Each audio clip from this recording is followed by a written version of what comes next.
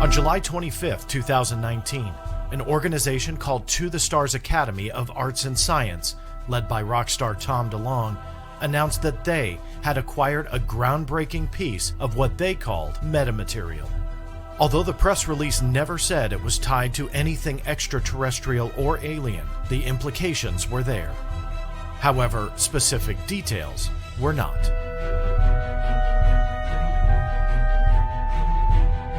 One of those details is the fact that this unknown piece of metal actually has a history that stretches back at least 70 years. It's tied to a story that involves a late 1940s crashed UFO, a military cleanup, an extraterrestrial being with telepathic communication, and of course, a cover-up to ensure it all remained a secret. That is, until 1996, when the grandson of a military security officer present at the UFO cleanup site broke his silence and contacted legendary radio talk show host Art Bell, along with my guest today, Emmy Award-winning investigative journalist Linda Moulton Howe. In April and May of 1996, the grandson sent 2 shipments of different metals his deceased grandfather left with a diary, and Linda has investigated and owned some of those metal pieces over the past 22 years. This includes the mysterious micron layer bismuth and magnesium zinc. She has spent countless hours and thousands of dollars investigating what this all is. Today, Linda will give us a special one-on-one interview outlining the origin, history, and investigation into a piece that is intriguing curious minds around the globe, and it's even caught the attention of the United States Army. Stay tuned. You're about to journey inside the Black Vault. That's right, everybody. Thank you so much for joining me on this journey inside the Black Vault. And with me today, the one and only Linda Moulton Howe. Hi, Linda. How are you? John, it's great to be with you. Well, it is great to have you. Thank you so much. Let me tell you, out of all the shows I've done, both audio and video here in the last year or so, there has been much anticipation for this one. There's a lot of information floating out there, some accurate, some not, and there's a lot of unanswered questions. And the reason why I wanted to bring you on today is for one obvious reason. This piece that is being touted in the media now, it's making some headlines, and being advertised by To the Stars Academy of Arts and Science. At this point, at the time that you and I are chatting, you have more answers about this than anyone. You have done 20 plus years of research into this, right? 22 years. I mean, that's an incredible amount. And so that's why I wanted to bring you on and really kind of tell my audience, who's very intrigued by this entire saga that's unfolding right now. It's a pretty exciting time, but really ultimately get some answers about this piece. I usually don't do this. I'm going to sidetrack on an off topic, but I have to say thank you to many of the viewers and the listeners that follow my social media about today's shooting at the school. I usually don't do any current events on this, but I did have to take a moment and say my phone, text messages, and so on, checking in. My kids were about 10 minutes away from the shooting. It was an incredible day, and I'm glad that everything didn't turn out well under the circumstances. However, I just wanted to say thank you for all of those messages and phone calls and so on that I did get, because that is something that I truly appreciate. Yeah, John, I want to say God bless everybody, but what has happened on my end is that the beautiful picture of you has been replaced by a black screen with a Wi-Fi fan and a turning circle. Okay, let me go ahead and fix that. I'll go ahead and ask you the first question, get started here, because I think I know what happened. The viewers are seeing it. My phone went off. Of course, somebody's trying to call, and that was the camera that you're seeing. So I'll go ahead and fix that in a moment. But let me just go ahead and, again, say thank you to everybody. I really do appreciate that. So all of that said, let me go ahead and just jump in here on what we're going to be talking about. Now, Linda, again, this mysterious metal piece, you got this back in 1996, as I had stated in the introduction. Let me pass it to you. Give everybody a little bit of groundwork here on exactly what people are seeing when they're hearing about this, what they call metamaterial? And I want you to tell me if that's an accurate description. Metamaterial is just another word for nanotechnology, dealing with the atomic and molecular structure and doing it with something like terahertz frequency. That's where we're headed. And John, are you assuring me that if I lift something up to the camera that it's going to be going out? Because yes. Now I don't have, you will. You'll get me back. Yeah. The audience doesn't see what you see. So what I want to start with is I want to hold up. This is my binder. It says April 10th to 1996 to April 2019, this spring. Research archive, mine. Bismuth, magnesium, zinc layered metal from the late 1940s wedge-shaped UFO crash between Sierra Blanca Mountain and San Mateo Mountains, New Mexico, probably near Trinity Site, White Sands, by me, reporter and editor of files.com. And this is one of 3 binders that I have produced in the last 22 years. In the SEC filing from To the Stars, when they talk about using the term metamaterials, what they have from me is a piece of the bismuth magnesium zinc that we're going to talk about, a small piece round, a die cut from aluminum. And when they talk about the archive, they have a blue binder that I produced, and this one and the blue, their blue one match. And then this is the original one that I had all the way back. And all of this is to explain, because these have files in them instead of the binder. This all has been evolving for 22 years, beginning in April of 1996, when I was the investigative reporter with Art Bell, and we were doing 2 shows, Dreamland every week and Coast to Coast AM every night. Art was, but he would call me up and say, hey, Linda, can you come on and do 5 hours about global warming or whatever it was, Sasquatch? And we had a really wonderful dialogue between us on everything that was happening when it was breaking news. And I still can remember that in April of 1996, he called me up. He said, I've gotten a letter, and I think we should start with exactly how it started with me. This is the letter, Art Bell. I think you can see that. I can, yep. And that was his address then, and it was April 10th, 1996. And at the time, we didn't know who was sending, but it came in a box. So there is this letter, and I'm going to read some pieces from, and this is the box. Art is the one who took these out. So that was what we're looking at now for those who are watching either live or the recorded version on YouTube. Linda's holding up the picture of pieces of metal that Art first received. Now, this was the first package, right, Linda? This is the first box. Okay. This came with the April 10th, 1996 letter. And Art called me up and said, I want you to find out what this is. Now, in the letter on that first shipment, there was a sentence where it said that the grandfather described this as being pure aluminum. Here it is. My grandfather, well, here, I'm going to go back a little bit, but the grandfather allegedly from a diary was describing what this, as we learned, was an Army sergeant who said he was from South Carolina in his letters. And when he called me up, I'm the only person who ever talked to him. Art never talked to him. But he said that he was using South Carolina because that was the base that he was attached to. He did not want the public the world for us to announce that his home base was actually in Virginia.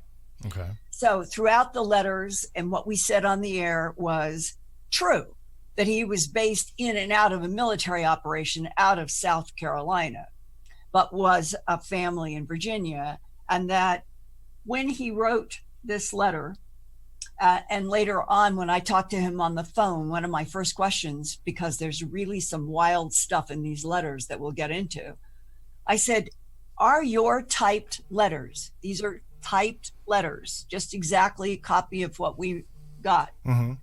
Are you sort of summarizing from what your grandfather told you, or are these something he left? And he said, no. My grandfather left these metal pieces in a box with a handwritten diary. And he died in 1974. And he said, what I've sent you, the letter with these pieces, he said, I typed from my grandfather's handwritten diary, who died in 74. Now, here are some important pieces. My grandfather was a member of the retrieval team sent to the crash site, meaning of a UFO, just after the incident was reported.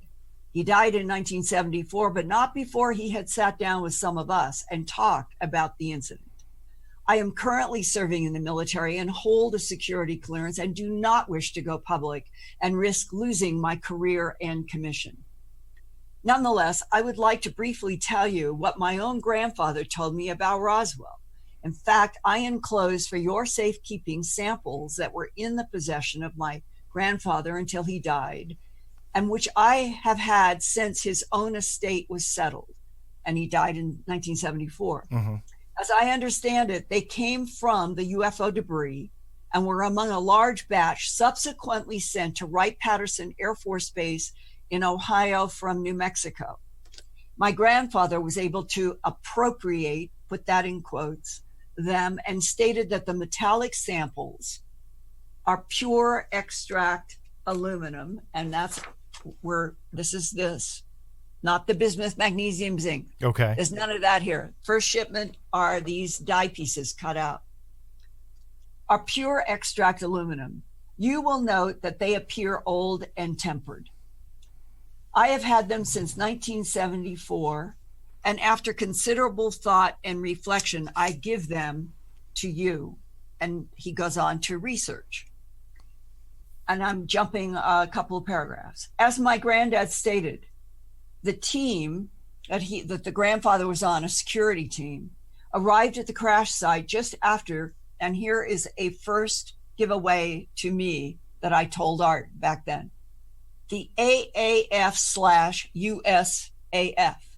There was no United States Air Force until September 18th, 1947, when Harry S. Truman divided the Army and the Air Force, on that same day created the Central Intelligence Agency, and our government began to grow up in a different direction on September 18th, 1947.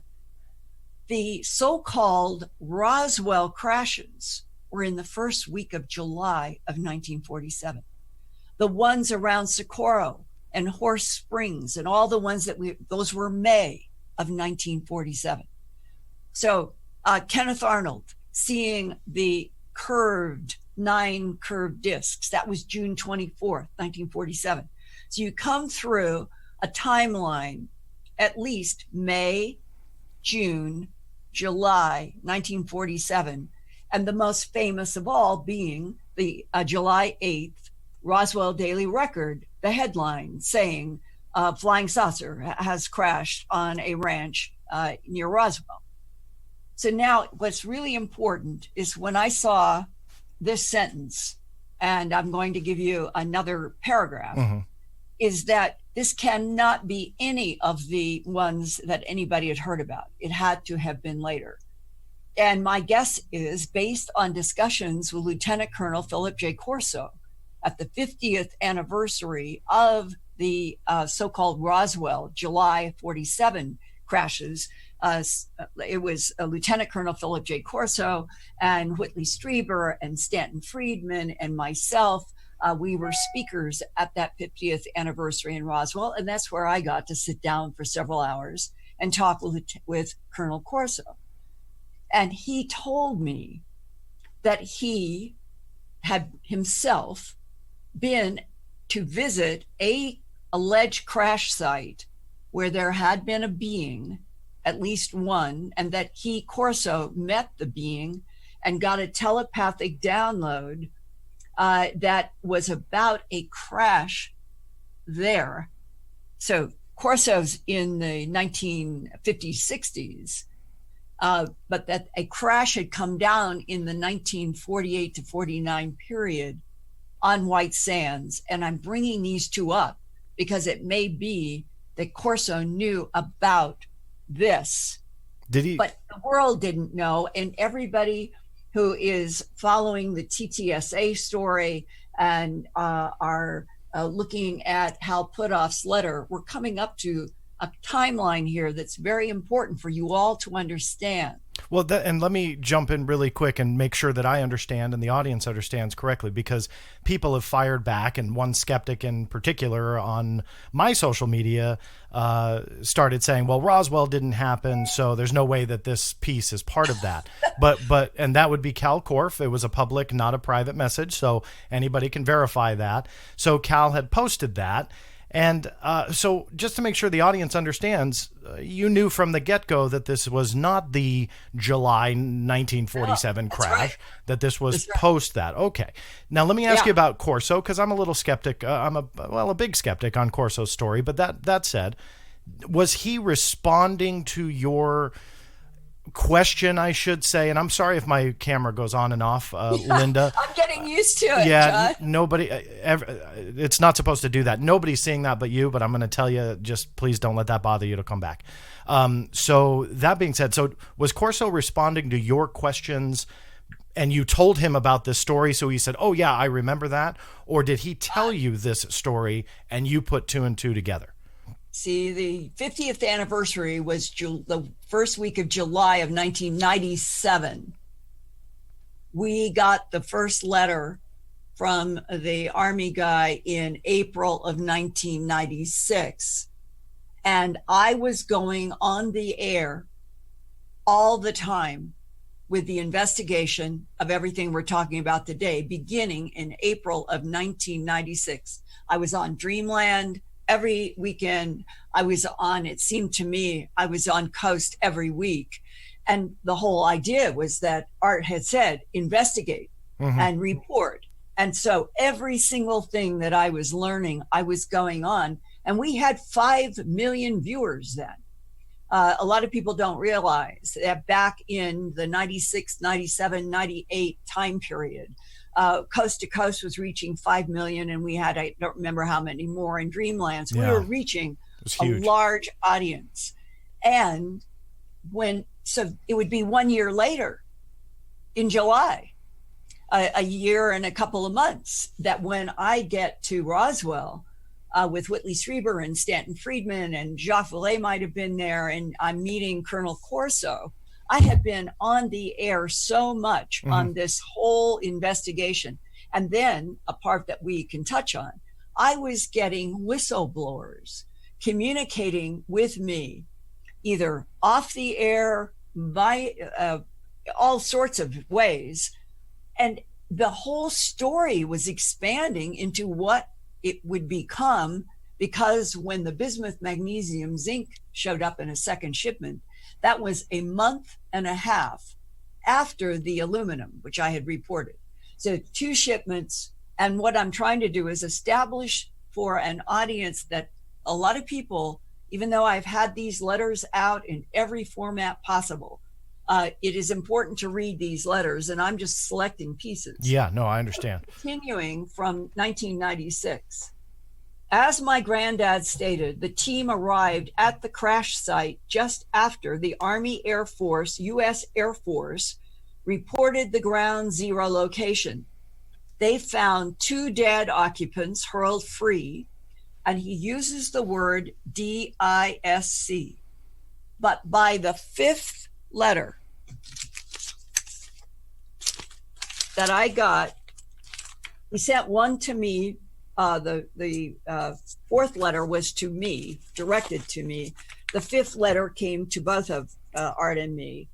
And in the fifth letter, so we had to go from April 10th to July 5th of 1996 to get this. It had not existed in any of the previous letters. Regarding the second set of samples dispatched, which is the bismuth, magnesium, zinc. This is in quotation marks from Granddad's journal. Sample extraction. This is he only had 6 small bismuth, magnesium, zinc pieces that he told me on the phone, not in the letter, on the phone, that his granddad demonstrated that the grandfather had been with a security group bringing a wedge-shaped craft. Here it is. Sample extraction. That's the bismuth, magnesium, zinc, radiated light for a full 3 hours with the grandfather and the other security around it. Originally located on the central underside of a wedge-shaped craft, and that the grandfather had written disc, but they were never a disc. It was never circular. A lot of people did this in the 40s and the 50s. You find this because Kenneth Arnold got the flying saucer. He said it was like throwing like a disc across water. So they started the flying saucer and the UFO disc. And a lot of people use the word disc no matter what the shape of the UFO was. And so here it is spelled out, wedge-shaped disc. Speculate this is some type of shielding to enable craft and crew to survive accelerated entry into atmosphere when this craft was experiencing uncontrolled descent. So on the phone, the grandson said his grandfather showed him. He said, I reached over underneath where I'd been seeing that light. I grabbed a hold, what I can grab. I pulled, and he said it broke off. In my work in the lab, one of the first things that happened when I got this was they did tests. They always do tests, brittle tests, whatever it's made of. And it is extremely brittle depending upon the force that you put on. That, in a way, was reinforcement that the grandfather could have been standing there, gone over where he saw the light, done this with a man's hand, reached up, and it would be brittle to pull off. But he had no idea function, purpose, or anything else. Now, another extremely important part of letter 5. Remember, I've been going through all these labs, calling everyone, and I'm going to go back to a couple. But it's really, this is grounding that it took until July of 1996. Here was a paragraph, also quoting from the Granddad's journal. Trajectory track was plotted at 31 degrees, 20 minutes to 32 degrees north latitude. Object reversed course exactly. This means it's going like this on that latitude, longitude course. Stops and does this. Okay. That implies intelligent control, which is very important to another part of this letter. Object reversed course exactly without any discernible deviation, and then proceeded as if almost on purpose to the impact site between San Mateo Mountains and Sierra Blanca. Object debris spotted 30 miles radius of the Roswell Army Airfield, and I think he means coming down. Now, I want to show you this map. I hope that I can get it so that you can see. Okay. Yeah, it's coming through.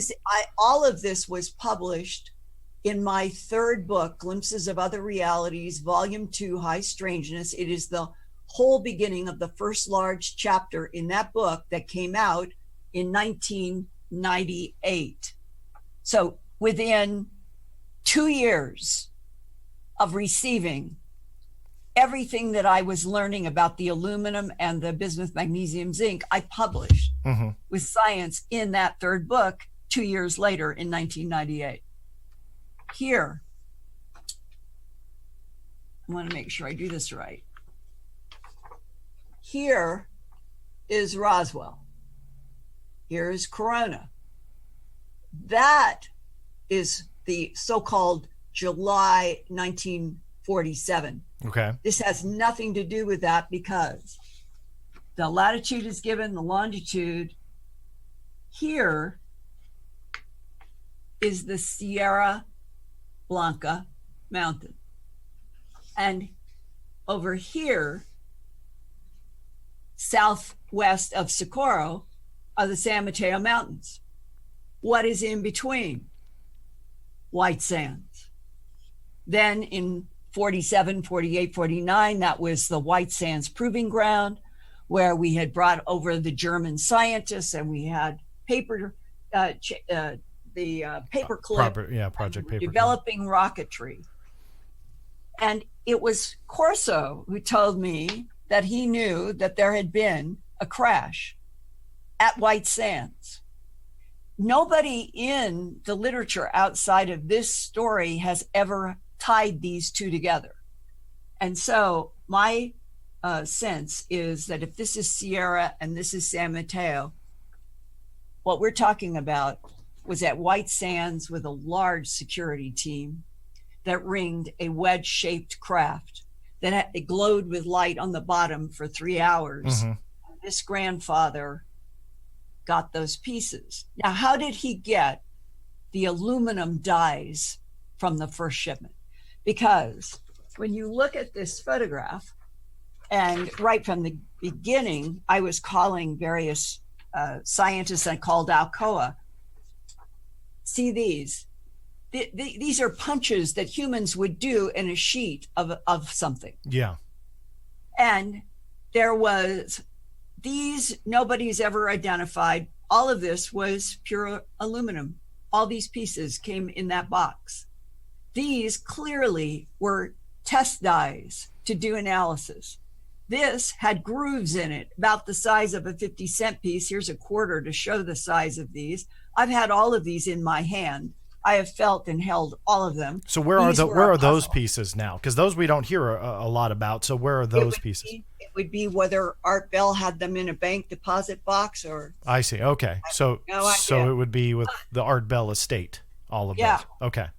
So now, here, just to,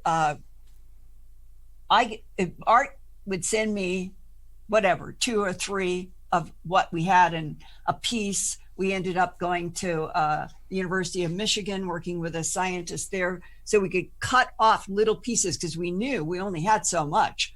And so we ended up having to cut for me to do research. Whitley Strieber wanted to do research. I think Jacques Vallée at that time. So pieces were going, and Art wanted me to do most of the investigation to keep reporting on the radio. But a couple of little pieces would go out, or pieces of the aluminum.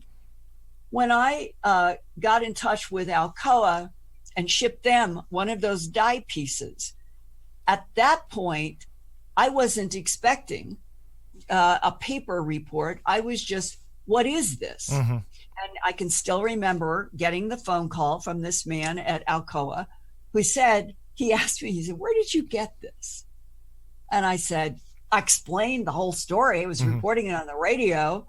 And he said, well, it is interesting. It's 99.5% pure aluminum, and we do not produce in that purity for anything that's out in the public. Okay, that was like gong number 1. Then when we get that second shipment that came in May, and that had the bismuth magnesium. And he said, I'm going to send you another piece. That began the trail that has gone to all of these books. And the first person I went to was because I had been successfully working with, he was a microbiologist with a physics background who is asked to this day, never ever to be identified, because he did not want to have any backlash on the University of Michigan, where he worked for till he retired. Mm-hmm. He still asked me, I saw him this last year and said, may I honor you with who you are and all of this work that you've given the world? And he said, no. He was a man who worked with us on all kinds of valuable microbiology for crop circles. And he was working with a biophysicist, and the two of them helped me. And I knew that the work that they were doing was absolutely exact and would have cost thousands and thousands of dollars that none of us had. And they did it on their own, like we want to know the answers. So to how did we get energy dispersive wave? How did we get electron microscope? How did we get wave dispersive? This is all in this notebook. And that this was hard, solid science in answer to my first question to my friend at the University of Michigan. Can you find out what this piece is that is black on one side and silver on the other? And what university was this at? I'm sorry, the University of Michigan. Of in Michigan. Ann Arbor. Okay. Excellent lab, everything. Mm-hmm. So I started getting constant. He would send me in 8.5 by 11 all of the spectra that they were doing that I have reproduced in my own book. And here's one of the first photos that was done at the lab. And it shows perfectly how one side is black, and that's a quarter in the foreground for size. Mm-hmm. That's how small they were. Black on one side, silver on the other. So you've got the silver side up and the black side. Okay. And he did this to say, this is where they started. What have we got here? What are they made out of? And as I kept doing the work, mm-hmm. I got another bigger piece.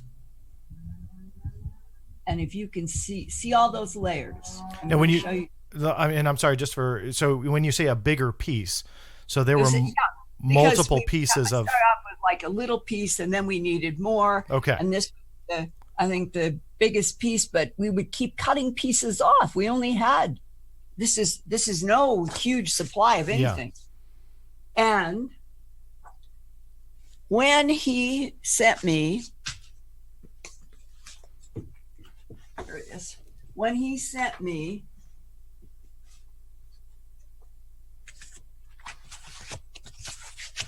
this was scanning electron microscope. Let's see if I can do this. On the left, this is 200 power. On the right, it's 50 power of those layers that I just showed you. Okay.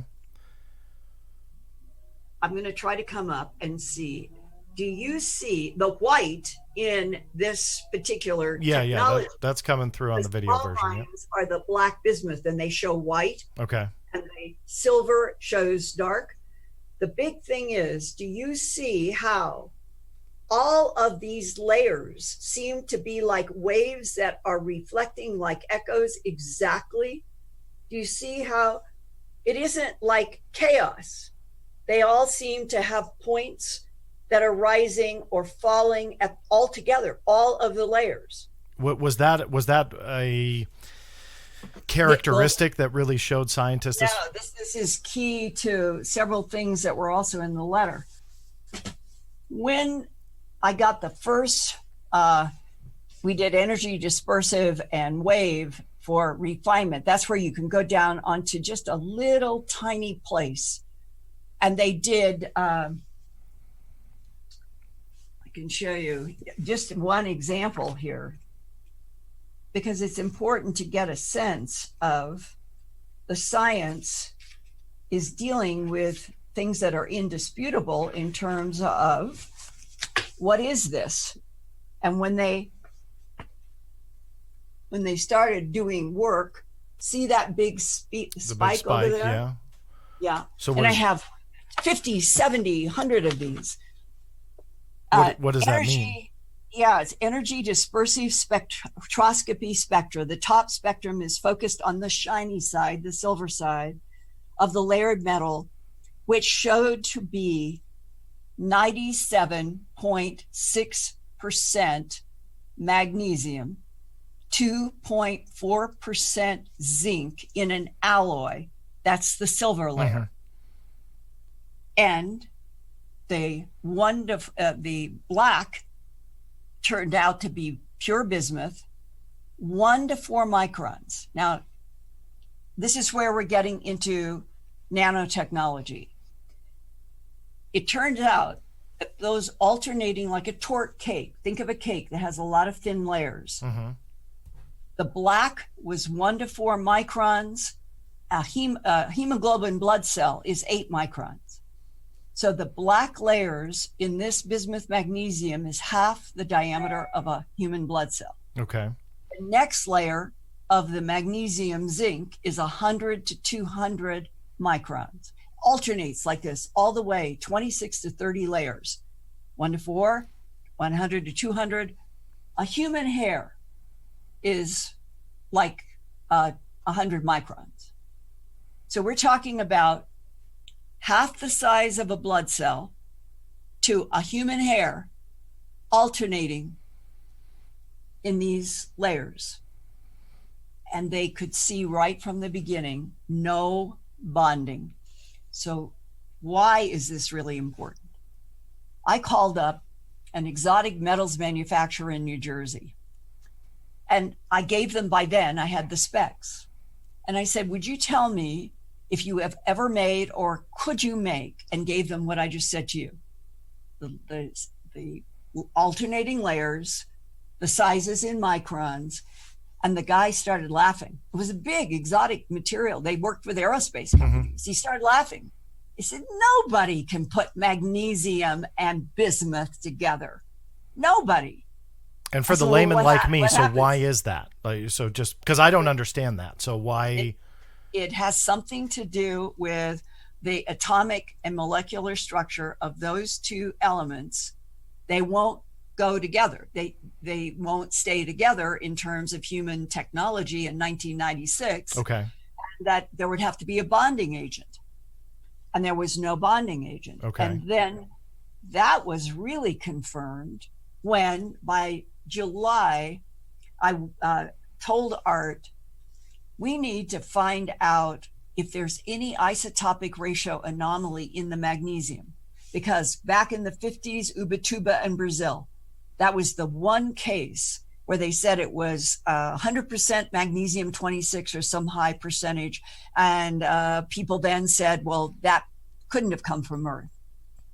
So I found that there was at the Carnegie Institute in Washington, D.C., one ion microprobe that could do an isotopic ratio on magnesium, cost $1,000. Art said, let's split it. So I got in a car, went to Washington, met Eric Howery was his name.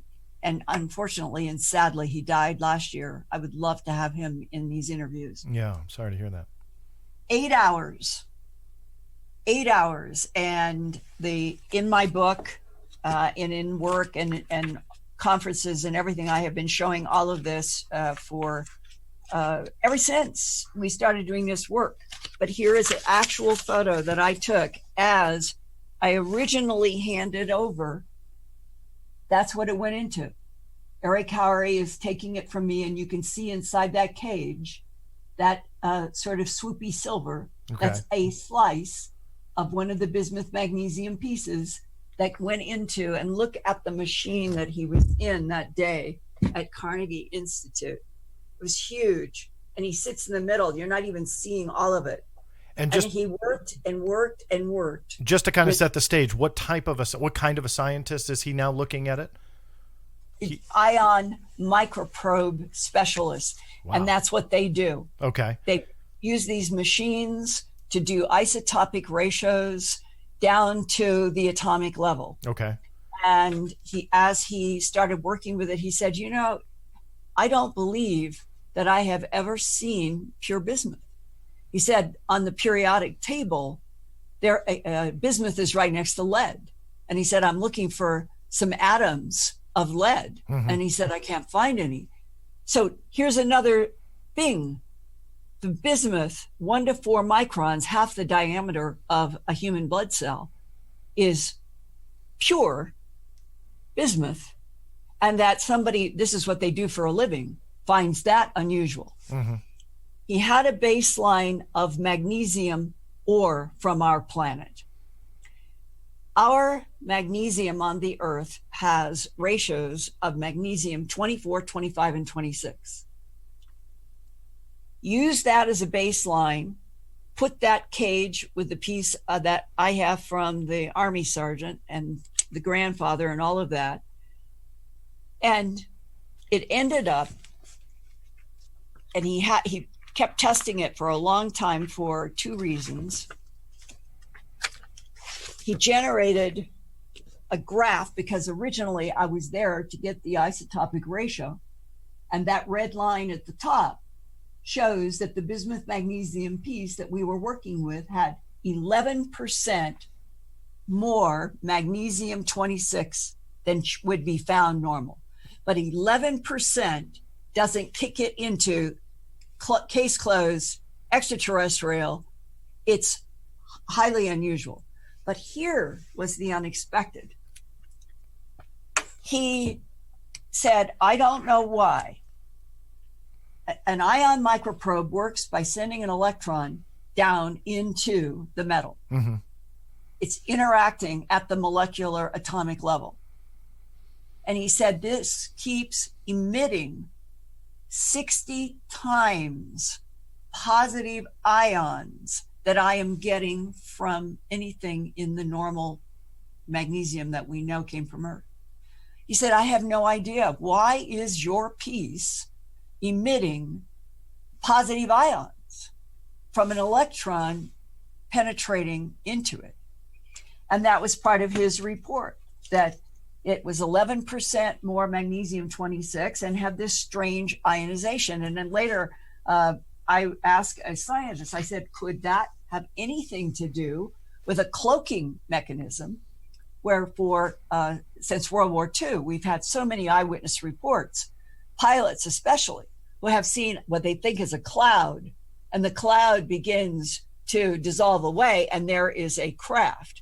Or people see a craft and they see all of a sudden a cloud develop around. Mm-hmm.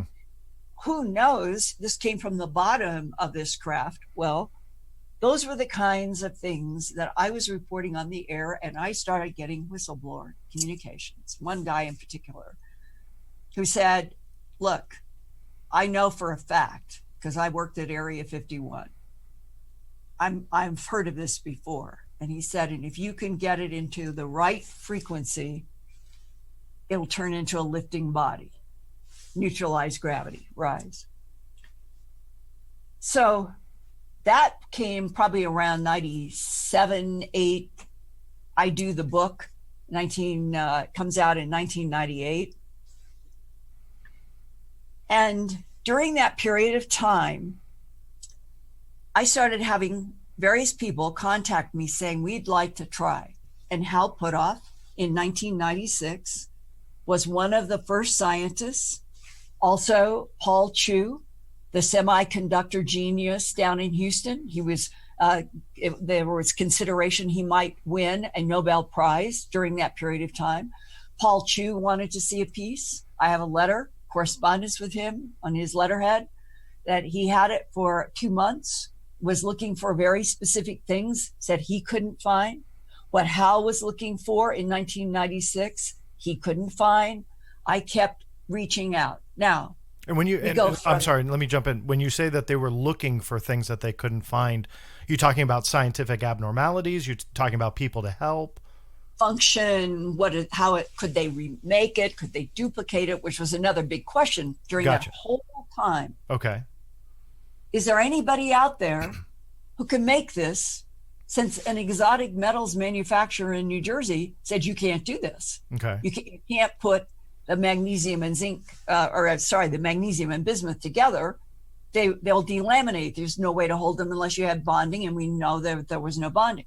So all of these I had a notebook, a spiral notebook, that about 100 people, labs, could be a university, a Cranford laboratory in London, all sorts of things that I kept calling up and deciding whether or not to make an agreement.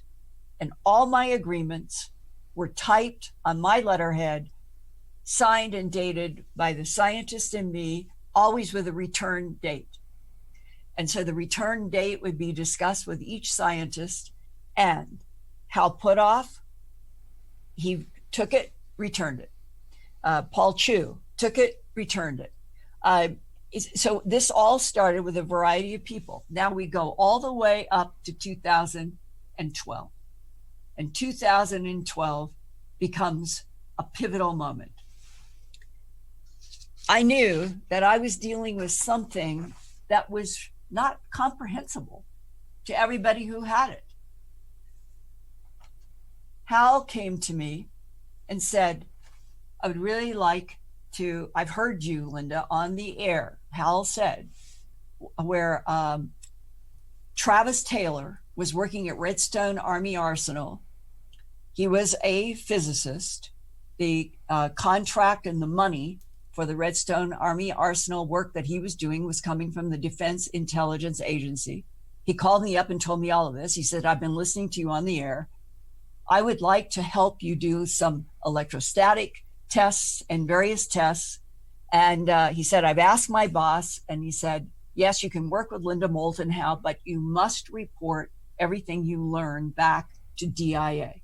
And he said, would that be acceptable to you? And I said, yes. So we did. We started doing electrostatic tests. We did all kinds of things.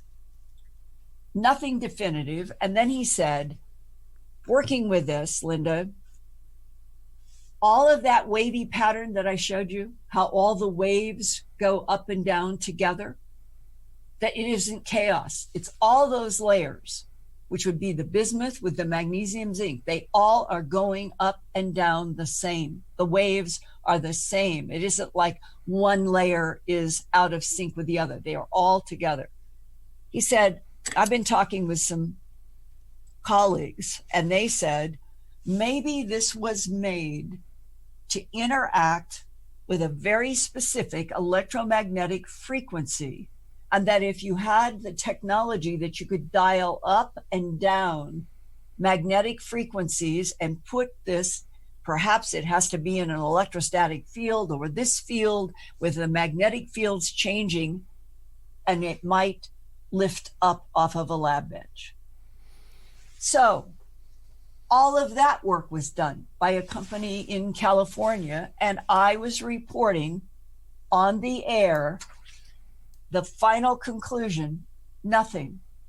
Not only could they not get any lifting body, bismuth is the most diamagnetic of all of the elements in the periodic table. That means there should be some kind of a reaction, because it's diamagnetic. There should be some reaction away from, right? And they said, we couldn't get any. We tried everything. We tried dynamic fields. We tried static fields. Okay, and I'm saying all of this on the air. And Hal Puthoff got in touch with me and said, I've got a lab. I'd really like to try the work on these electromagnetic fields. Hal takes it, has it for a couple of months, sends me back on September 24th, 2012, Institute for Advanced Studies, to Linda Moulton Howe from Hal Puthoff. And this was 24 September 2012. It says bismuth magnesium. His first paragraph, which people are misunderstanding. First, I share your disappointment that the bismuth magnesium sample did not yield an interesting anomalous outcome in the tests involving the application of various fields. It's what I've just told you. It was Redstone Army Arsenal, a lab in California. I'm reporting everything that's happening on the air. Hal comes in and says, I want to try to see if I put this in various magnetic fields. That's what he's talking about. That it wasn't like some failure. It was part of an inquiry. Is there a frequency, a magic frequency that could interact with this very, very unusual, these are micron layers, this is nanotechnology. Those waves, all those waves, they must be there for a reason. And they might relate to, if you get it in the right frequency, maybe something will happen. Hal was one of several trying to test that. Okay. And just like the others, nothing. That's what he's talking about. Then this is the pivotal. This is for me, this is where the whole paradigm shifted. This is Hal Puthoff. As I indicated in earlier communications, however, there remains yet one additional test that really needs to be done, and which I recommend, that could in principle still provide a significant result, but which unfortunately we could not carry out with the instrumentation available to us. And he means terahertz generator. And I'm going to explain something more in a minute. This relates to the observation that the bismuth channels of the size seen in the sample, 1 to 4 microns, half the size of a human blood cell, layered between the magnesium layers of the size also seen, 100 to 200 microns of human hair, closely match, as given in the physics literature of 2012, a waveguide structure that permits sub-wavelength terahertz signals to propagate freely through the waveguide, even though sub-wavelength in size, because that's terahertz. Terahertz are so small. Think about this. If you take the electromagnetic spectrum, all electromagnetic radio waves they all travel at the same 186,200 plus miles per second, the speed of light. All of them. Mm-hmm. The difference is they all have different lengths of wavelengths. Terahertz is between 1 millimeter and 0.1. And when you take how that compares to, let's say, hertz, 1 terahertz frequency is the equivalent of 1 trillion hertz. We work in hertz. Mm-hmm. 1 terahertz is a trillion hertz. They're so tiny. And what does that open up? That if you are dealing with terahertz and you know how to manipulate with terahertz, you essentially can work and manipulate at the atomic and the molecular level. And that whatever the bismuth, magnesium, zinc, however it was made and whatever its ultimate purpose, it was put together at the atomic and the molecular level, and that the waveguide, the very fact that it might have been the 1 to 4 microns bismuth, its whole reason for being at the nanotech level would be as a waveguide for terahertz frequencies. Now, where else have we heard about terahertz frequencies in UFOs? When John Burroughs was in England in December of 1980 and was exposed twice, engulfed in light, we rack all the way up to 2013, and John was dying. And what he had been diagnosed with was very premature at the end of his 40s, early 50s, heart disease that he didn't have when he was 20 and went into the Air Force. And after the 2 exposures at Bentwaters, John Burroughs showed up, even though he had been totally healthy and had passed all health exams. Within a couple of months after his exposure at Rendlesham, he was diagnosed with a heart murmur, and he couldn't do certain things because the Air Force had found this. And he was shocked. Jump to 2013, he's really sick. And Hal Puthoff and Kit Green communicated with me, with John's attorney, that they wanted to talk with the VA doctors that were stumped about what was wrong with John Burroughs. And this is where we learned this whole other new piece of information, that there was a study, UK eyes only, having to do with unidentified aerial phenomena, science and technology, that had been done at the MOD with DI-55 as a secret, top secret, eyes only study. And it was 2000 when it started. And for reasons unknown to everybody, it was released, not publicly, but it was released from eyes only in 2006. Nick Pope and others were able to get some of the papers that talked about the measurement of frequencies emitted from UFOs that can damage human bodies and manipulate human minds. These are words in the UK study that we didn't see, even though it was totally locked up from 2000 to 2006. Somebody miraculously unclassified this amazing 466-page study in 2006. And by 2013, when John is going to die, is what it has seemed, we start getting information that it probably was terahertz frequency interaction with John's heart that did damage. And they even knew to tell the doctors, what you're going to have to do is you're going to have to go into the heart, and the leaflets in that control blood flow, you're going to have to exchange his mitral valve with those leaflets. You're going to have to take out what's damaged, and you're going to have to put in an artificial mitral valve. When John became conscious, he told me that a doctor came in and said, I've been doing a lot of heart surgeries for a long time. And he said, I've never seen anything like what we took out of you. And he said, I just want you to know why you were so sick.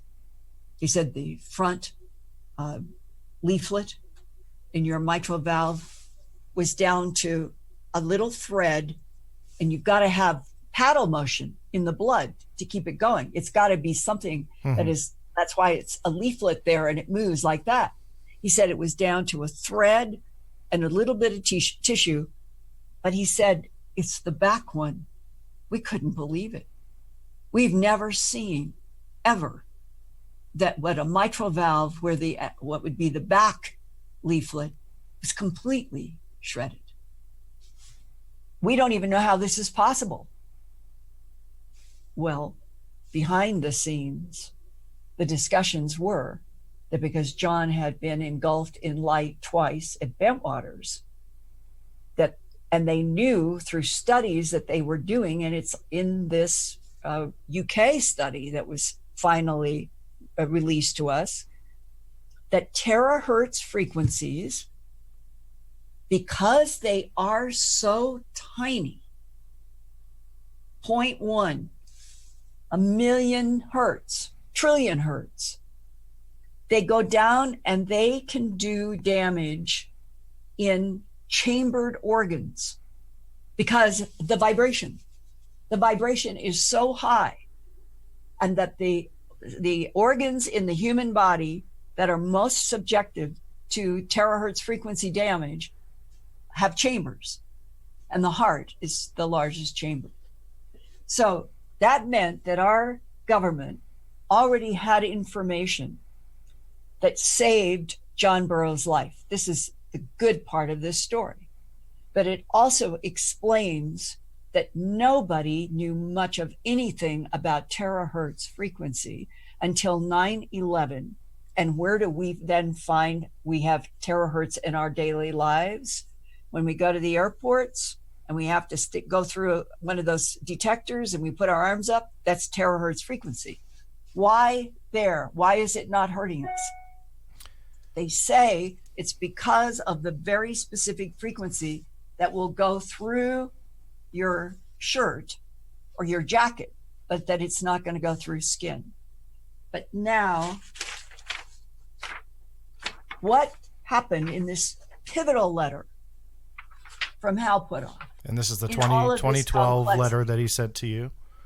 Yeah. Okay. What he wants to test, the wavelength range that he wants to test for the possibility that the bismuth micron layers are a wave guide for terahertz frequencies. 53 to 63 microns, which corresponds to a frequency range of 4.76 to 5.66 terahertz, and that's equivalent to 4,760 to 5,660 gigahertz, a very high frequency that takes special equipment to reach. I want you in the audience to just hear one thing here that is so important, that underscores, this is now. I printed this out today. This is November 14th, 2019, about terahertz radiation. Terahertz radiation occupies a middle ground between microwaves and infrared light, known as the terahertz gap, where technology for its generation and manipulation is in its infancy. Today, right now, it's in its infancy. It represents the region in the electromagnetic spectrum where the frequency of electromagnetic radiation becomes too high to be measured digitally via electronic counters. So it must be measured by proxy using the properties of wavelength and energy. Similarly, the generation and modulation of coherent electromagnetic signals in this frequency ceases to be possible by the conventional electronic devices used to generate radio waves and microwaves. This requires the development of new devices and techniques. And now I have brought you up through 22 years of complexity to me, to the stars, Jacques Vallée, Hal Puthoff, and others who have tried to build the terahertz generator that Hal Puthoff put in that letter to me in 2012 with those numbers that I just read of those very high terahertz frequencies. When he sent me that letter, Hal had written a private note.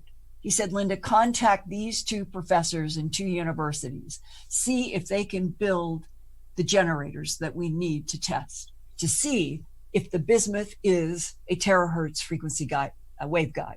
And if it were, then we might be on the track to neutralizing gravity, perhaps the Holy Grail. Okay. I'm not saying that's in his letter, but no, I got you. For one, I know this is so complicated. No, and I don't want to run out of time with you because I'm down to about 25 minutes. But let me. I'm just so close to that we go from 2012.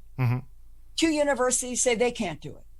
We get to 2016 to 17. Hal gets the bismuth magnesium again for another test.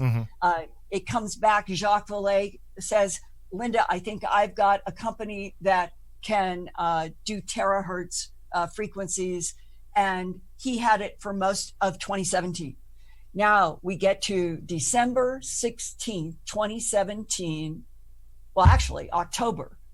And To the Stars Academy does its first live stream with Tom DeLonge, and Hal Puthoff was there, and Steve Justice and Semivan and the group are there.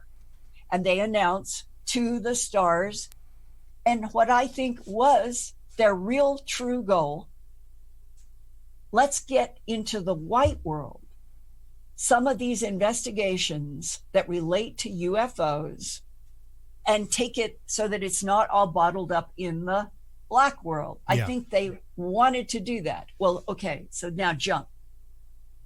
When Jacques Vallée and the people he was working with that year, they couldn't build the generator, and they're using Hal's 2012 letter. Mm-hmm. Everybody is using Hal's letter as the touchstone. We need to find this out.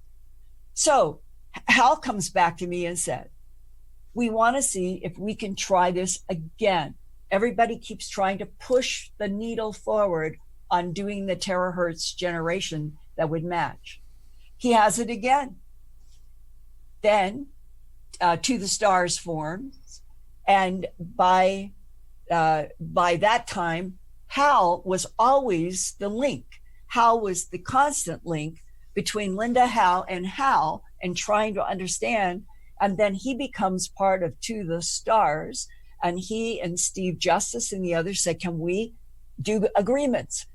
It's nothing's changed. Had returned the bismuth, magnesium, zinc, and on dates. And it got to the spring of this year, and they still, Hal was disappointed. Everybody, we still can't find anybody who can make this generator to do the test. And then I get a call. The Army is interested. I had all of everything I've told you today, I've had in my book, radio, television. It's all been out there. I've been reporting every single thing I possibly could. And they come to me and say, we wanted to keep it out in the private white world, but we haven't been able to succeed. Nobody else had been either. And he said, the Army's interested. And it was because of this terahertz generator was the issue. That exactly. Was okay. It's the same. And I just read to you from why this is in a way proving that what came to Art Bell and me in a box, the second shipment, in May of 1996, with all of these, everybody saying, I've never seen such pure bismuth. You can't put this together. Nobody to date, John, anywhere, even though people have said, oh, you can make it in an electroplating lab. Oh, no, it has nothing to do with electroplating. It's at the atomic molecular level that this is put together, and that nobody has made, reproduced, or ever tested, been able to positively test and prove a function. And here is another big bead that is totally separate from To the Stars, Hal Puthoff, Jacques Vallée, all going all the way back to 96. 5 years ago, in 2014, I'm at a conference. I had spoken. I was surrounded by about 25, 35 people. And a man leans forward, says, I know a lot about the bismuth, magnesium, zinc. I said, can you wait? When I was free, we went and he talked to me for quite a long time. Physicist, said I worked at Area 51 from 1972 to about 1978. He said I worked on a slab of the bismuth, magnesium, zinc that was 3 feet wide and 6 feet long. And he said, it's a skin. It's the outer skin. For it to function, you have to be able to interact with the inner skin, which must be pure aluminum. But the pure aluminum at the atomic level has to have monoatomic iridium atoms selectively placed. And he said, this is technology beyond us. But what we realize is from all the work that we did, if you could get those two skins operating together, it would take gravity down to zero, and it would take inertial force down to zero. And he said, and if we ever are able to make it, then we would begin to understand that when David Fravor and the pilots on the front page of the New York Times and Washington Post and Politico in December of 2017 said that they knew what they were watching, something that's traveling a few thousand miles an hour and stops on a dime, something that's traveling a few thousand miles an hour and does a 90-degree turn. The physicist said, it's because when this stuff is turned on, there's no inertial force. It's as if you took whatever the craft is, and it's now not even in the forces of our matter world. It is moving totally unattached to gravity through the nature of these layered materials. And I think that the physicist was telling me the truth. He will never, ever be in public. This is a person who came to me in a conference and talked to me, and I've had a few things later that I think reinforce some of what he said. And all of this comes down to there are people who have worked in labs underground, Area 51S4, China Lake, Wright Pat, and they know and recognize some of what this is about. But in terms of the white world, brilliant scientists who have never once been exposed to any of this, we are being almost in a way proved by all of these 22 years of investigation, with nobody being able to make it, nobody being able to, so far, even test it with the terahertz frequencies. And Al Puthoff began predicting 2012. Yeah, and so that's obviously where the Army comes in. Now, I'm running out of time, and I've got quite a few questions that I want to ask you. So let me try and get a couple in. Now, first, my light now is really too bright. With that's dark has gone outside. That's okay. I know suns are setting and stuff like that. So I'm glad you brought up the 2012 Hal Puthoff memo, because it seems like on social media and even out of the corner of my eye over here, I know a skeptic, at least one anyway, tried to say Hal Puthoff told you that this whole thing was a hoax. That obviously is not true. You don't even have to. No, I know. You can. Yeah. What people, I think, don't understand, and it's a little bit evident in the room on certain points, is that they have these preconceived notions that, oh, well, Hal Puthoff told you it was a hoax, and so they go around and they circulate that. What I want to point out to people is that you can read that memo in full on Linda's website. So you don't hide from that. So, and then again, we don't have to get into that, but I wanted to at least point that out, that anybody can look at that letter. It is obviously something that skeptics and debunkers say, aha, Hal Puthoff said this, but he didn't.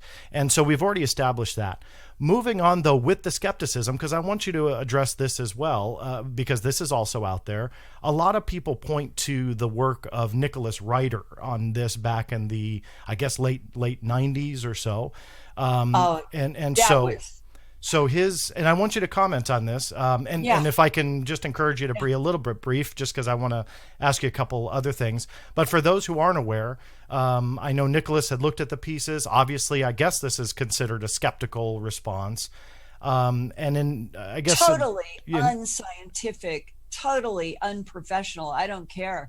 And when you take him trying to turn it into like the residue that would build up in some kind of a lab, this is the like some people say, oh, it's got to be electroplating. You just start doing some basic education about electroplating and vapor vacuum deposition. That was his explanation.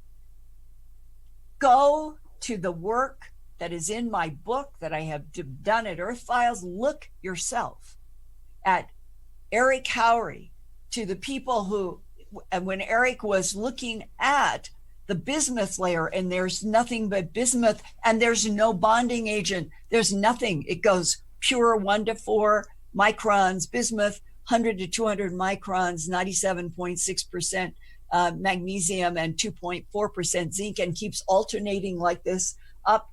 And when you do that, you end up with no more than 1/4 of an inch, maybe not even that much. These are not thick. It's because the layers are at micron. This is nanotechnology. This is constructed at an atomic and molecular level. It has nothing to do with vacuum vapor deposition. It has nothing to do with electroplating. This is by that you're talking about his theory of I guess it's called the Betterton-Kroll process. Yeah, I don't have any idea why he would persist with something that did not match how many pages that I have. Yeah. Going down, we went down into the scanning electron microscope and put it on what's called an EDS, and you go down into 500 times, and you're looking at the most exquisite structure. When you go into that magnesium, I'm trying to think how to explain to you. If you're in nature, and let's say that it was a random splash, you're not going to see exquisite, geometric, perfect patterns. And that we have in our photograph. So, and one last thing, and then we'll move on. But I, again, want you the opportunity to respond to that, where people often point to the fact that he was able to make the piece dance by hitting it with 200,000 volts from a Van de Graaff generator. I mean, can you do you even want to comment on that? Because again, that's what people point to a lot of times, that that's not really an anomaly, that he was able to do it with aluminum foil as well. I just, to me, this is spinning wheels on something that was totally off the mark and outside of science from the beginning. I don't know his approach you're talking about. Nick, are you talking about Nick Ryder? Yeah. And again, I just wanted you to have the opportunity to respond to critics out there, because they often point to the thing about it is, I've worked with really serious scientists over the past 22 years, really serious scientists with really serious labs. Why didn't anybody else but him ever make such a claim? I mean, I'm just saying, it isn't worth the discussion when what's really important is that we are at the infancy, just exactly as Wikipedia said today on November 14th, 2019. We are at the infancy of trying to understand and work with terahertz frequencies, when it appears that the potential about the bismuth magnesium is, you've got to be able to get into the numbers that Hal Puthoff put in that June or the September. It was the 2012 September memo to me, that this is what he recommended. Yeah. And to date, as you and I are speaking on November 14th of 2019, no one, not Jacques Vallée, not Hal Puthoff, there are others that have said, we'll try X, Y, and Z. Nobody has been able to make that terahertz generator at the numbers that Hal put in that letter to me in 2012. And nobody to date has ever been able to manufacture the bismuth magnesium zinc to the specs that it exists. And I know my camera went dark on you, Linda. I'm sorry about that, but I'm running out of time. I'm getting used to it. Yeah, it's just because with the emergency around here, my phone's going off the hook. So that being said, though, so I wanted you to have the opportunity to respond to that, and I want to now kind of shift. Obviously, TTSA has acquired the piece. If I can poke and prod a little bit on that very briefly, is this a sale or did they borrow it from you? No, it's just simple. It's just simple, straightforward. When we got into the spring, and they had been trying, Jacques Vallée had tried in 2017. Hal had tried again 2 or 3 more times to get to that terahertz frequency in the memo I showed you, and they weren't able. To them, they were surprised that they weren't able to build the generator that would. in here, it isn't, there's a piece that you have to hear the words to understand that when you look at, get that again, that I was using about terahertz frequencies, that, here it is. This is one of the fundamental problems. When you get up, here is, let's make sure I'm doing this. It's right between microwave and infrared, right there. Here, see that? See those red lines? As you increase the frequencies, where does it go? What is that? That's UV light, right? See that arrow going? Yeah. Mm-hmm. And there's light. The numbers that Hal Puthoff calculated and wrote in that 2012 memo would be right up here, right, going right here. Okay. And it's my understanding, as exactly as Wikipedia talks about terahertz radiation, and we can't control it and we can't measure it, but when you get up to those numbers, you're pushing right up against the speed of light. And they need something that will generate those high terahertz frequencies and pull it, keep it right here at the terahertz and not into flipping into light. So people who are not studying, and I can tell you, it's not easy. This is not easy material. If you're not trying to study what is happening with terahertz frequency, nanotechnology, in which this is a fact, 1 to 4 microns, which is exactly what the bismuth layer is and what Hal thinks could be a waveguide for terahertz. 1 to 4 micron is called the entrance into nanotechnology. That is the level at which, say, 20 years ago, when we first got the letter, 22 years ago, nanotechnology was not what it is today.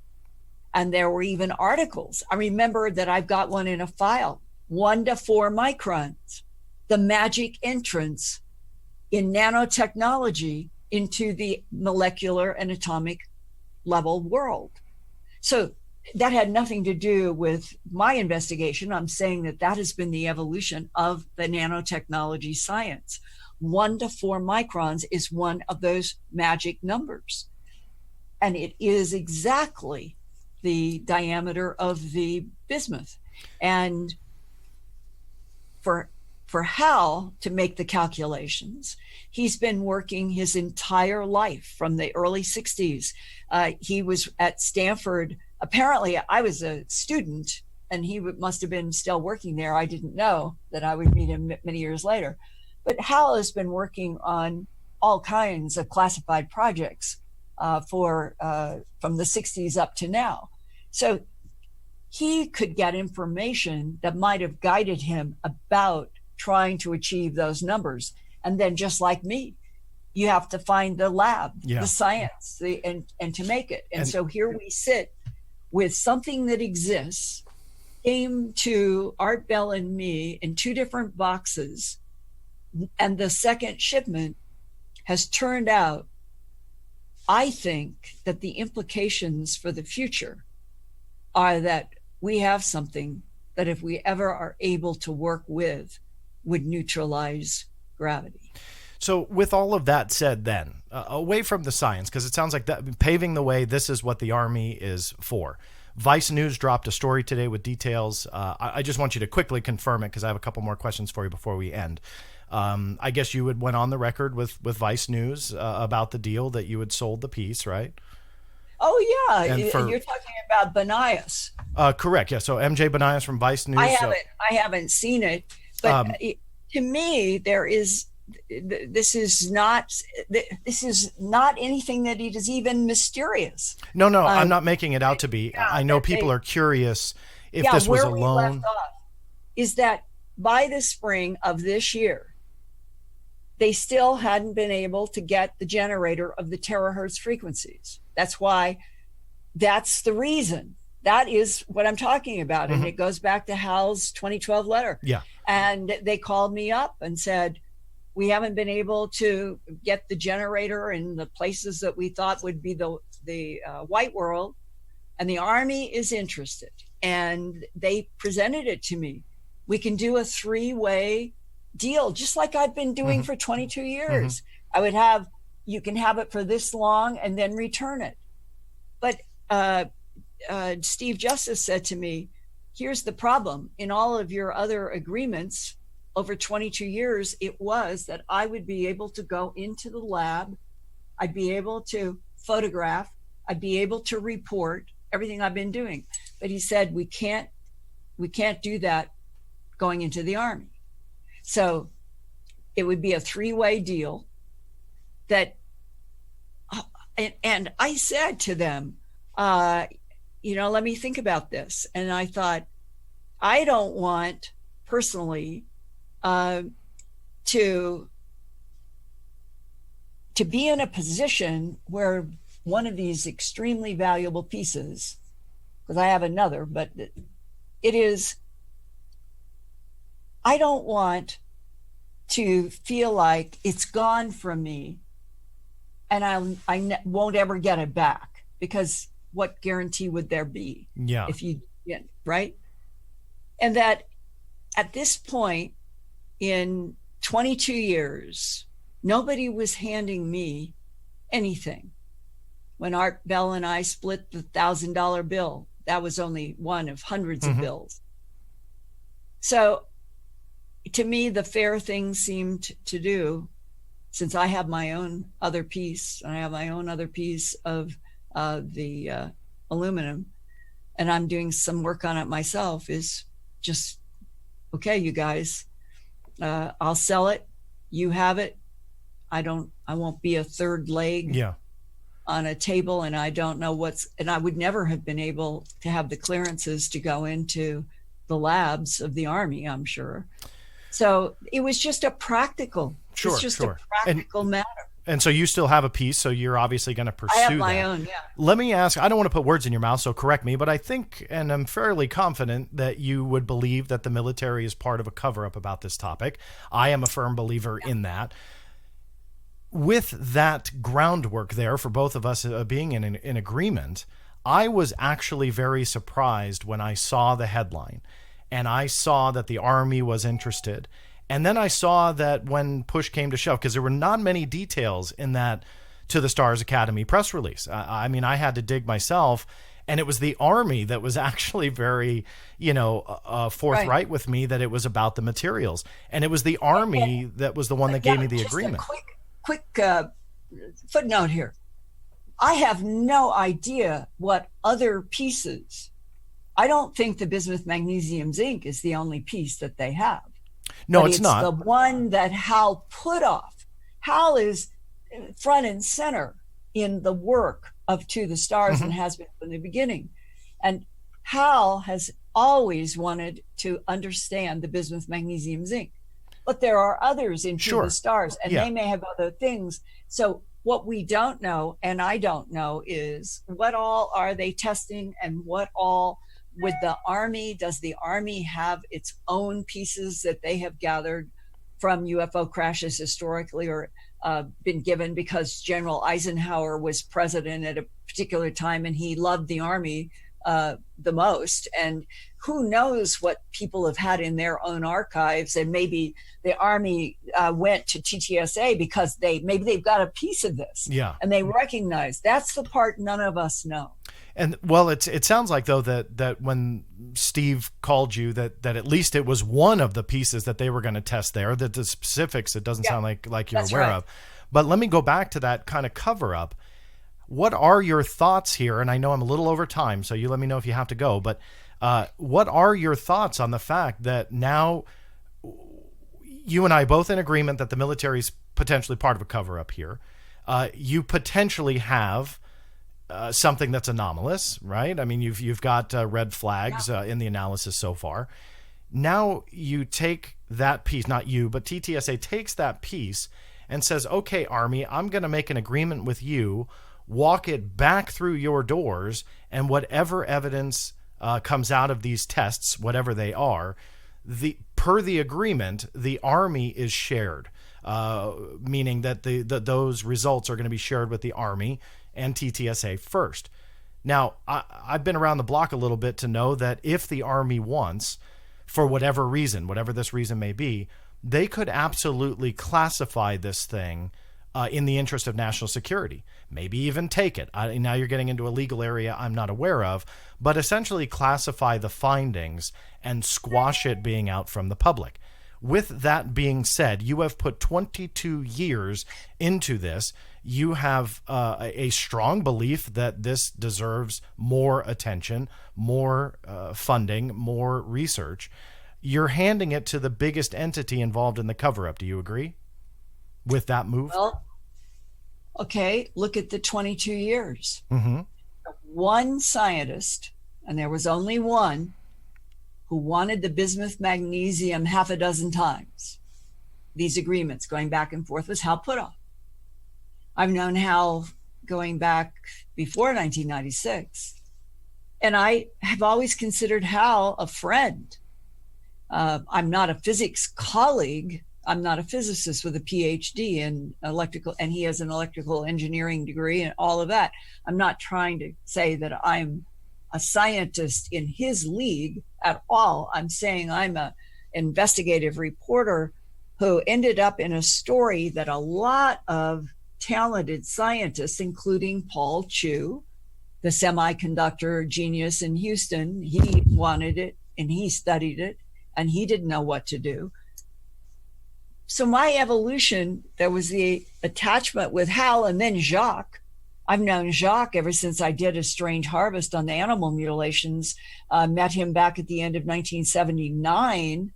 And Jacques came and said he wanted to investigate. So Linda doesn't have a lab. Mm-hmm. Linda doesn't have I don't have a degree. I have been a person trying to reach out to scientists. I've been trying to understand it, work with so many.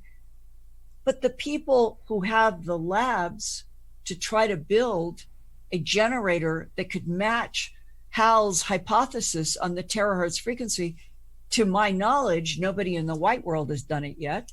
So where does it stop and start? I want to see what this stuff could do, and how I've worked with him so many times, it just seemed natural that if they To the Stars, and maybe that's a step. To the Stars got the bismuth magnesium from me in August 5th of 2018. They because Hal wanted to investigate it.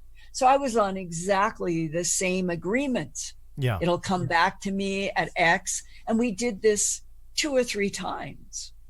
And by the spring of this year, with stuff going back and forth agreements, and Hal and Steve saying we really were disappointed we still haven't been able to get the generator made. That's just how this has evolved. But you haven't, or have you received confirmation that they have the generator at the Army, or do you not know? I don't. No. I do Okay. not know. So last very quick question. After everything that you've experienced, obviously there's still some unanswered questions, and tests need to be done. Are you confident that this is a piece of alien technology? And if so, like, how confident? Are you 100%? 50%? It is a very good question.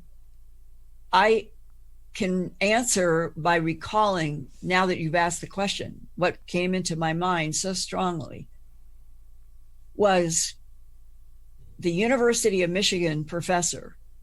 He called me to talk about the fact that they were amazed at the structure, and that in the energy dispersive and the scanning electron, and that they're seeing structure, and they don't really understand what they're dealing with.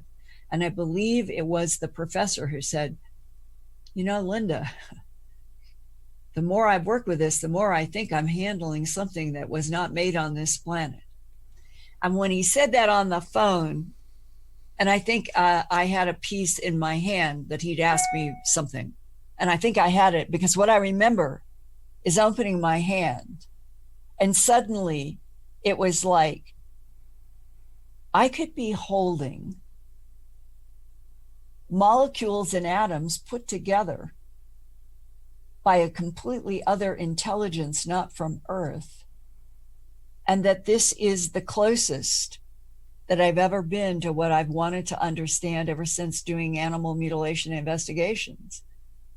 What are the other intelligences that whistleblowers, sheriffs are convinced are interacting with our planet and have been for millennia?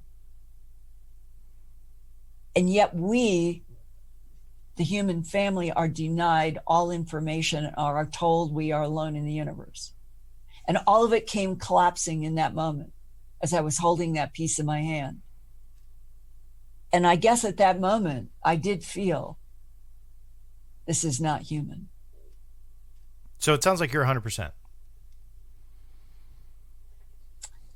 I guess I don't know what the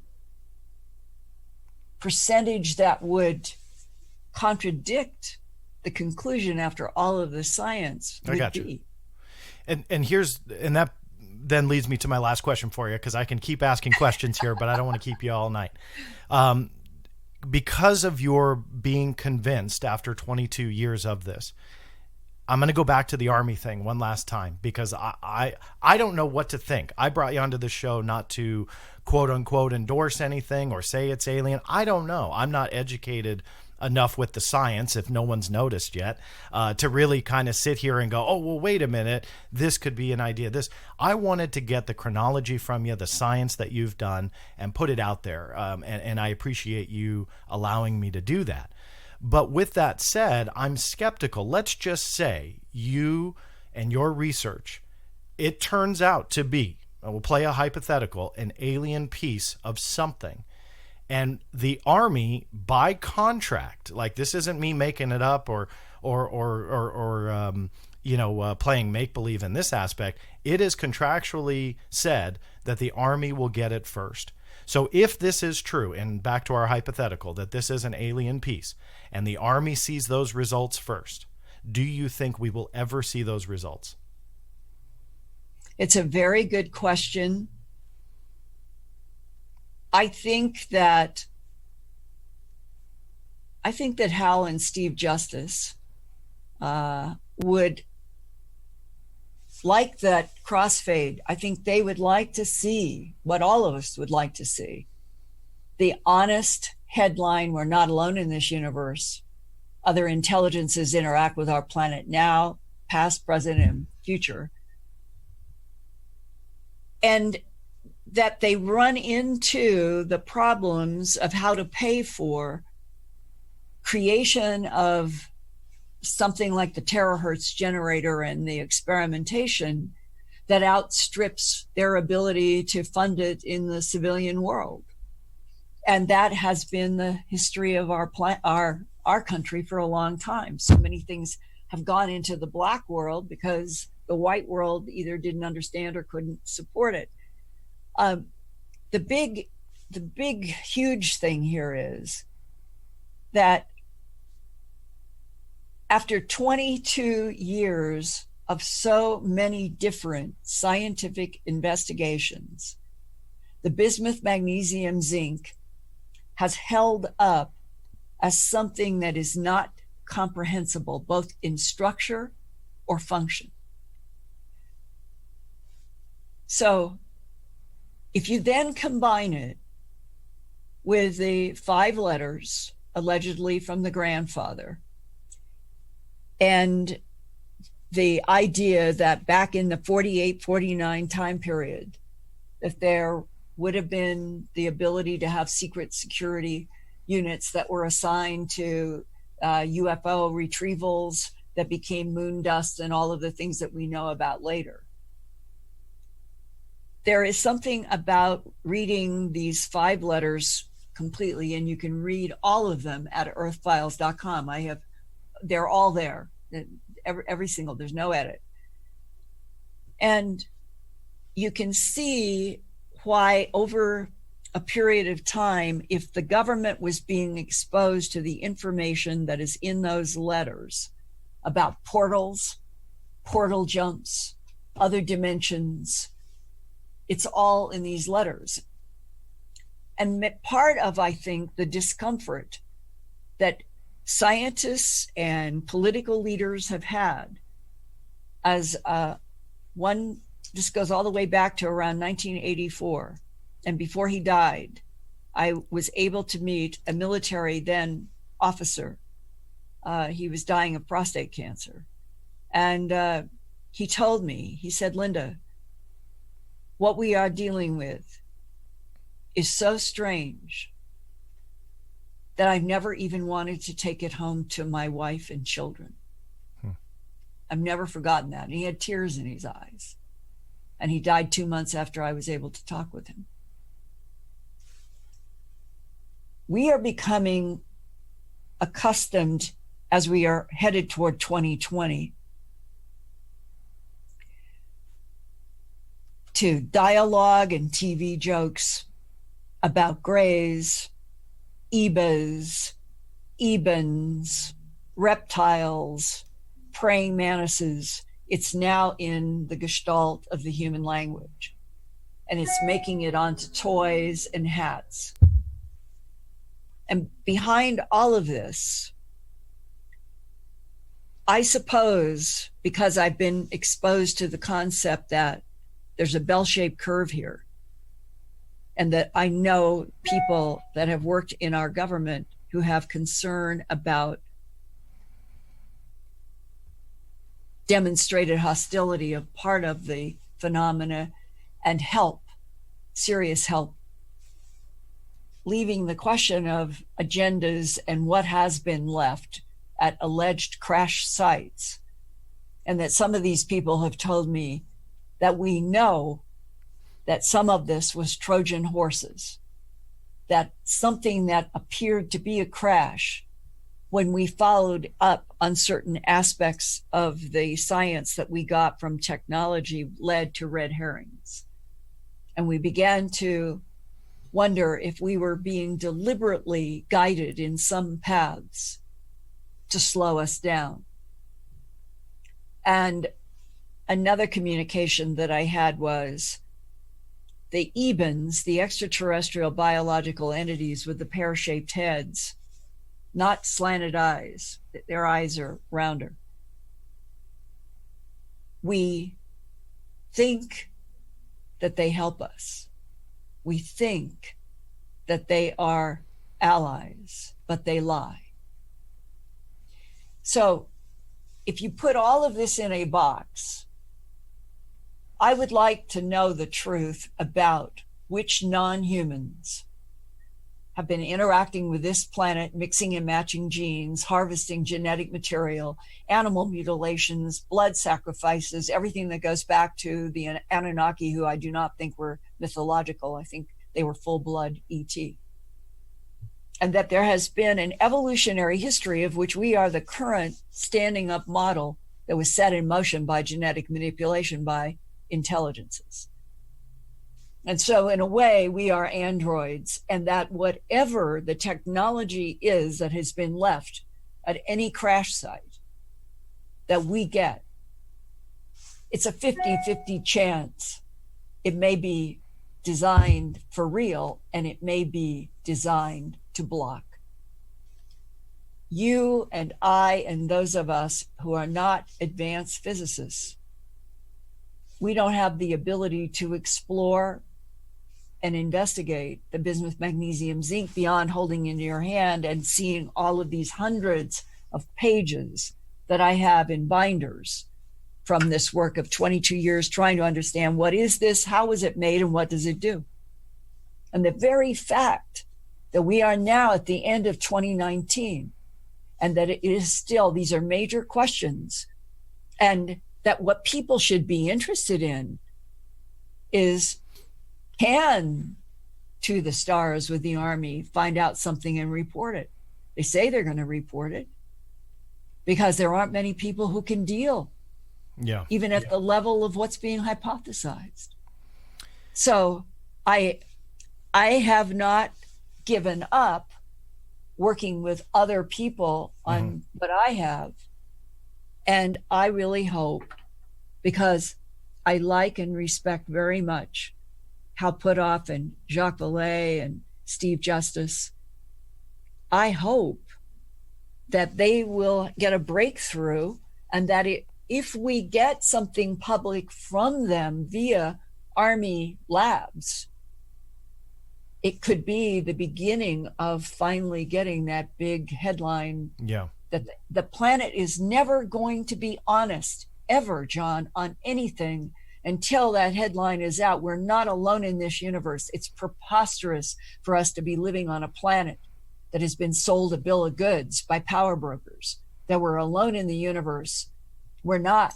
We're not alone. Some would argue that the military is going to do the same thing, meaning squash that truth. But it sounds to me it's a gamble either way. Again, playing our hypothetical that if this really was a piece of alien technology, and if it turns out to be, would we get the results? I have no idea. Linda, it's a good place to end it. I mean, I could talk to you all night. I know we deserve the truth. Hey, you and I are in agreement on that. I mean, we do deserve the truth. The question mark is the military the one to give it to us? And it's that gamble. If they're the only ones that can give us the answer, but we have to gamble that the answer will be given, that's an interesting conundrum, and one I'm interested to see play out. But if you had it in a box in a bank deposit vault, which is where I keep it, the bank deposit vault, just weigh that, a bank deposit vault, until somebody comes along, does another agreement to try X, Y, and Z after 22 years, versus the possibility that Hal and Steve Justice, Lockheed, and that group working with the Army, with the intention that they've described, that they want to try to get information out to the public. And Lou Elizondo has said that he feels we're way past time in making all of this public. Then maybe this agreement with the Army could be one of those steps where they will be able to report something, and it will be the crossfade we've been waiting for, from the policies of denial to policies perhaps of beginning to tell us more truth. And the technology, it is so difficult. Start doing reading. All of you that are listening, start trying to update yourself on reading about terahertz frequencies, reading about what it is doing in airports, a whole wide range, and realize that you say, I need a PhD in physics, I need a PhD in quantum, I need a PhD. And that is what separates the world now. That there's so few people who actually can deal with the complexities of what these physical artifacts appear to be. Well, I look forward to hearing if there are results from the Army, if not, your results as you continue to pursue with the pieces that you have. And at this point, Linda, I just wanted to say thank you for your time. Again, you were very gracious with it. I'm glad we were able to do a show like this, because at this point now I can turn it over to the audience and let them decide. And I hope they pick up a book. Out of the corner of my eye, I keep looking at the chat, and I see channels in here that have their own YouTube channel. One saying they're going to do a live stream about this, other podcasts that are going to talk about it. So that's what's good. They might be skeptical. I can't sit and read every word, but that's okay. The dialogue is going, and I think that's important. Thing, sure. Just one thing. Neither you nor the audience nor I are in a position to come to any conclusion. This is outside of the general world audience's ability to even understand terahertz, let alone what's happening with nanotechnology. If there is any appeal that we can make to the audiences that we have, start trying to educate yourself and find out how difficult this material is. in terahertz frequencies, and what happens when you are bonding at atomic levels in molecular structures that are intelligently placed, which is the characteristic.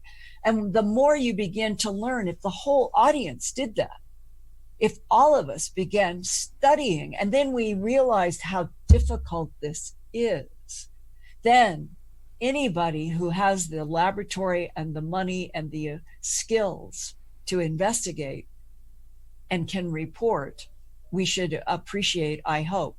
But like you, I've always wanted to do reality checks. I always want the pressure of fact. It has been the hallmark of my life. And maybe we'll do another program if I can learn something else. Yeah, I'm looking forward to it. I got to about 6 of the 12,000 questions that I had, so that's good. But thank you very much. Great guy. You know, I want to give you my standing ovation for doing the Black Vault as well. Well, thank you. You've been in this for so long, and I respect what your goals are so much, John, and thank you. Well, no, I'm honored you said that. I appreciate that, and thank you. And I'll say it again. Thank you very much for your time. You were very gracious with it.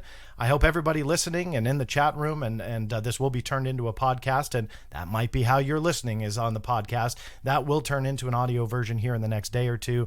But as always, thank you so much for listening, Linda, and as well. Tell thank people you.